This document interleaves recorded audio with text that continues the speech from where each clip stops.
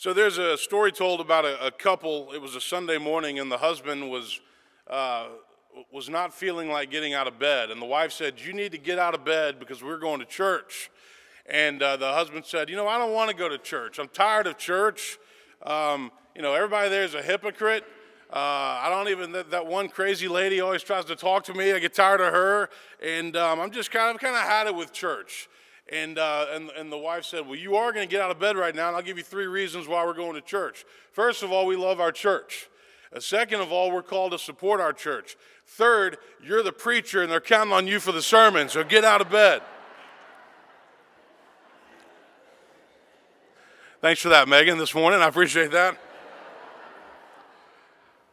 Today we're going to bring this January sermon series to a close. It's called Reset, and we've been operating under the basic premise that the new year is a time to reset, to refocus our lives, to refocus on our beliefs, to hone in on what's most important and what matters.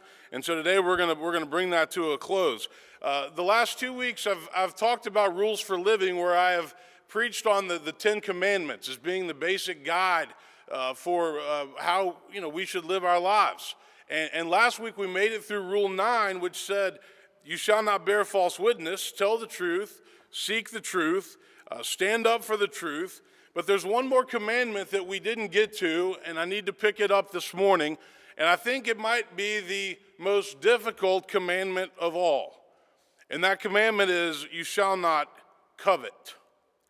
Here's how coveting can be defined: to strongly wish for, yearn for, long for, or desire something that belongs to somebody else.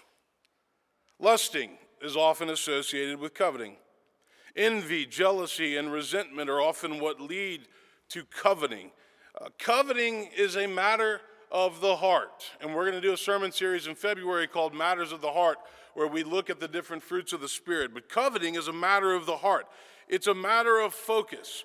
Now, coveting does not need to be confused with ambition or with working hard. Those are not the same things.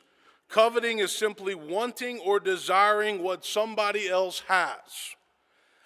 When I first moved to Nashville in 2007, to come to Woodmont, a lot of you remember that I was single. I moved into the parsonage, which is the house back here that we now have our Center for Healing and Spirituality with Dr. Ben Curtis as the director. But the parsonage was pretty nice. It's 2,800 square feet, has a nice deck, good view of the steeple at night. The steeple lights up, really pretty. The dining room ceiling that was plaster only fell down once. Nobody was in the room, thank goodness, but I was pretty happy in the parsonage. People, for the most part, left me alone. But I started getting invited to other people's houses to go to dinner. I think they felt bad for me because I didn't have a wife or a family. And so I started to realize that the parsonage was okay, but it wasn't as nice as some of these other people's houses that I was getting to go to. And when I'd get invited to go over to their houses, I'd come back to the parsonage and I was like, "Man, I thought this place was pretty cool, but it's starting to lose its luster a little bit."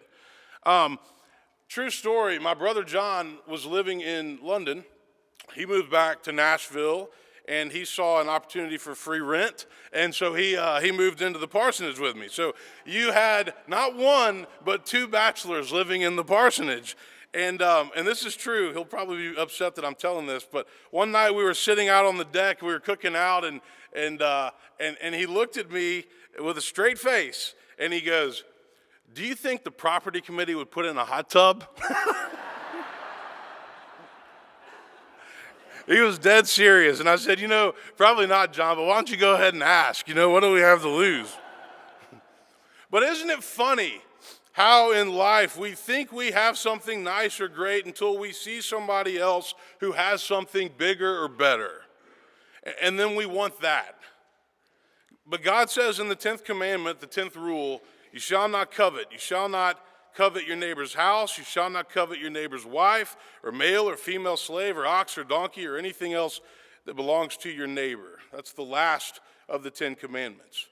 But don't we live in a culture with an economic system that to some degree basically fuels itself on coveting.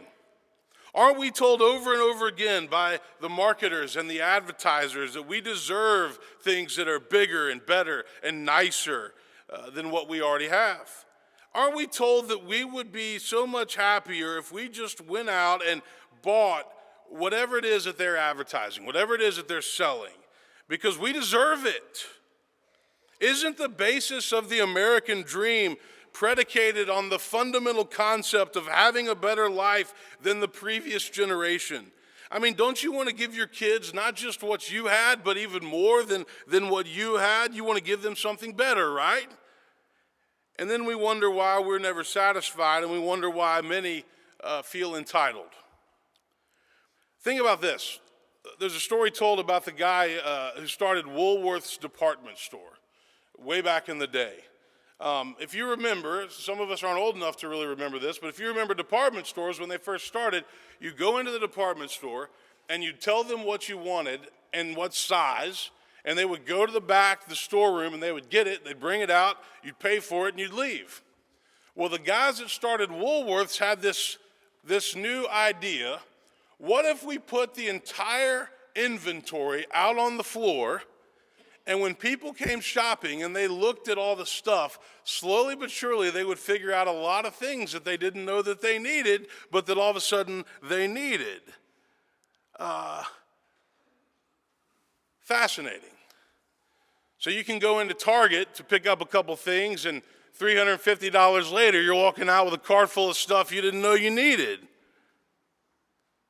There was a study done up at Princeton. I think it was around 2010, 2011, two professors who taught at the Woodrow Wilson School asking the question, what level of household income do you have to have in order to be happy? And they used Gallup data from roughly 500,000 Americans, and here's what they discovered. And this was, 8 or 9 years ago. They said the comfortable income standard for happiness in the United States is somewhere around $75,000. And they concluded that once a household income is above $75,000, they found that there's not really any correlation to increased happiness based on how as a percentage of increased income. Now, clearly they forgot to poll the good people of Green Hills here in Nashville. But what they said was that once you got to that point, your happiness level does not go up in proportion to your income. You might have a nicer car, you might have a bigger house, but your basic needs are still being met. Harvard did a study that was over a really long period of time. They tracked 268 male students who graduated from Harvard between the years of 1938 and 1940. And these were all men that they were tracking, and many of them have now passed away or they're in their 90s. But they were trying to figure out what is it that makes for a happy and meaningful life in the long haul. And guess what they discovered? Love is what matters most. Connection to other people and forming friendships is what matters most. Moving away from narcissism to connection is what matters most. Working through challenges and adversity in life makes us who we are, because without those challenges, we cannot build character and we cannot build resilience. And in that study, they found that money and power, although important in achieving business success, does not necessarily equate to more happiness unless that is accompanied by these other things that bring us love and connection and joy. And believe it or not, there are lots of very lonely billionaires out there. I want to close this sermon series today by asking this question. What does it mean, what does it look like to reset our values and our priorities in life? What does it mean to live a life where we truly put our time and our energy and our focus and our money into the things that we say or we know matter most? If we got the chance to talk to Jesus, if you could have a beer or a coffee with Jesus, and you asked him, what should my life be about? What do you think Jesus would say? I know some of the things that he wouldn't say. He probably wouldn't say your zip code matters. He wouldn't say the size of your bank account matters. He wouldn't say that the kind of car you drive or the brand of clothes you wear matter. So what would he say in response to that question? What would you ask him if you got the chance to have a conversation with him? I think he'd say, man, a lot of people have their values and priorities way out of whack. A lawyer asked Jesus, what matters most? What'd he say? You want to know what matters most? Love God. Love your neighbor. Don't just talk about loving your neighbor, but love your neighbor. Who's our neighbor? Anybody. Anybody who is in need. Anybody who might need our help. Anybody who might be hurting or lost or struggling, who needs some encouragement or some assistance. Is it always convenient to love our neighbor? No. No. It takes time. It takes effort. It takes intentionality. But Jesus calls us to do it. If we had a conversation with Jesus, he might reiterate that famous teaching that we know is a golden rule. Go and do unto other people what you'd have them do unto you. Live your life that way. Pretend that you're on the receiving end of your words and your actions. And next, I think Jesus might say, don't spend your entire life worrying and living in fear. I think he'd say, when you worry, you can't add any time to your span of life. I think Jesus would be amazed at the number of people in our culture who live their lives completely controlled and paralyzed by fear. Fear of what might happen, fear of what might go wrong, fear of things that sometimes aren't even that logical. Fear of being rejected, fear of not being important, fear of what other people might think about you, fear of dying. He'd say, don't worry about tomorrow. Tomorrow's going to bring lots of problems of its own. Today's trouble is enough for today. So live your life today. Live your life one day at a time. It would probably amaze Jesus how incapable many of us are at truly being present in the moment. Because we're nervous and we're restless and we're anxious and we're addicted to our phones and we're trying to be busy all the time and important. And meanwhile, our spouse and our children are clamoring for our attention and they're growing up before our very eyes. But we're distracted. We're off in some other world. Jesus would remind us that the present moment is truly a gift that we are often not good at embracing or opening. I think if we got to have a conversation with Jesus about values and priorities, I think he would talk about money and stuff, which ties into that 10th rule, you shall not covet. I think he'd say, take care, be on guard against all types of greed, for one's life does not consist in the abundance of possessions. I think he might say, you guys are so worried about all your stuff and who has the most stuff and the nicest stuff that you often forget that it's the people and it's the relationships that truly matter. And if you don't have good friends and people to share your stuff with, then what difference does your stuff make? What does the way that we spend our time and our money say about our priorities? What's most important to you? If Jesus asked to see your bank statement, would you show it to him? He might say, I see all these charges at Nordstrom's. I see all these fancy dinners out. But what about the church? What about charity? What about helping your friend who's really struggling? He would remind us that along with success comes a great responsibility to give back and to help other people. I think Jesus would talk about judgment. I think he would say, why are you so judgmental? Why do you see the speck in your neighbor's eye but fail to recognize a log in your own eye? That's always been my driving verse for the season of Lent. Donovan's going to preach Ash Wednesday, so I'll plant that in his head for that night. I think Jesus would challenge us to identify our own shortcomings and our own character flaws and work on those to the best of our ability and to quit focusing on just pointing out what's wrong with everybody else. That's easy to do. He might quote the golden rule again. I think Jesus would maybe talk to us about our attitude, how in life we get to choose our focus. He'd say, the eye is the lamp of the body. If the eye is healthy, then your whole body will be full of light. But if the eye is unhealthy, your whole body will be full of darkness. He may even quote the Apostle Paul and say, well, what should you focus on? Listen to this. Whatever is true, whatever is honorable, whatever is just, whatever is pure, whatever is pleasing, whatever is commendable, if there's any excellence and if there's anything worthy of praise, then Paul says, think about those things. And Jesus would remind us that life is full of choices.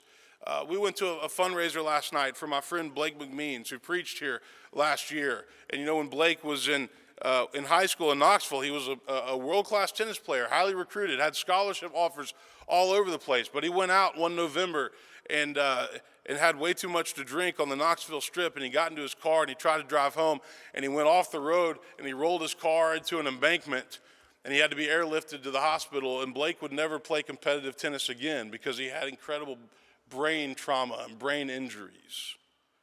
So the choices that we make in life matter. And one of the choices that we get to make every single day is what are we going to think about? What are we going to focus on? You can sit back and you can be a victim of circumstances, or you can step up and you can control your own destiny. There's always a choice. You can be positive or you can be negative. You can be optimistic or you can be cynical. You can be friendly or you can be grumpy. You can be loving or you can be indifferent. It always boils down to choice. And what do we choose? If we had a conversation with Jesus about values and priorities, I think that he might talk about the importance of forgiveness and how essential forgiveness is for our lives. He would talk about how we all make mistakes and we all do things that we regret and we all get hurt, but we have to learn to forgive, and that includes forgiving ourselves. Holding on to things that have happened in the past really don't do anybody any good if you just keep bringing them back up. We all want clean slates. We all want new beginnings. So if we want new beginnings in our lives, then we have to give new beginnings to other people, including family members, including spouses, including friends that maybe have hurt us or disappointed us. Holding on to anger and resentment and bitterness is toxic. And every time we fail to practice forgiveness, then we're the ones who suffer. I think Jesus might talk to us about the importance of denying self and how ultimately we're called to move beyond selfishness and self-centeredness, beyond the selfie culture. And he might say that serving others is where true greatness is found. And I think that he would be taken back by how social media drives narcissism, where we say, look at me, look at my life, look at my family, look at my vacation, look at what I'm doing. He might say, what makes you think everybody else wants to know what you're doing all the time? Jesus would say the last shall be first, and the first shall be last. And you become great when you put other people first in life. I think he'd also, if we talk to him, have some pretty strong words about religion and how he's not a big fan of rules and fancy titles. He might say that power in this world is different from power in the kingdom of God. The things that matter so much to us on earth really probably don't matter so much to God. True religion is found in humility and service and compassion and peace and love. And I think Jesus would talk to us about peace. Turn the other cheek, go the extra mile, be a peaceful person in what you say and do. Be kind. It's amazing how far kindness can get you in life. Get to know people for who they are and not just for what they have. Build bridges, unite, don't divide and tear down. Love people, support people, try to understand people, be civil, be a peaceful person, and recognize that peace always begins in your own heart. And so your spiritual life and your spiritual practices really do matter. Because you can't find peace in your own heart if you don't carve out time in your day or in your week to experience peace. As Christians, resetting our values and priorities begins, I think, with aligning our values and priorities with those of Jesus. And he said in Matthew 5, "You're the salt of the earth, but if salt has lost its taste, then how can its saltiness be restored?" He said, "You are the light of the world, so let your light shine before others so that they may see your good work and give glory to your Father in heaven." I think Jesus would understand that life is not easy. And life is complicated, it's difficult, and many things happen to us that we don't see coming. But we get to choose our priorities, and we get to choose our values, and we get to choose our attitude, and we get to choose the people that we're going to hang around. And we get to ask ourselves, am I spending time doing things that matter, or am I wasting time doing the things that don't matter? And maybe there's some things that we need to cut out of our lives because we know that it's keeping us from focusing on the right things, the important things. And nobody else is going to make those changes in our lives. Maybe there are some people that we need to cut out of our lives because we know that every time we're around them, they pull us down. They lead us into an unhealthy place. And maybe we just, maybe don't cut them out, but maybe you just need to spend a little less time with them in 2019. And I believe wholeheartedly that as Christians, Jesus gives us the guidance. He tells us what matters, but we have to listen and we have to follow. And so in trying to push that reset button for 2019, all of these things are things that we need to think about. And all of these things are things that we have to be intentional about. And much of everything that I've talked about this morning is found in Scripture. A lot of it's found in Matthew's gospel. Reset. Faith matters. Family matters. Friends matter.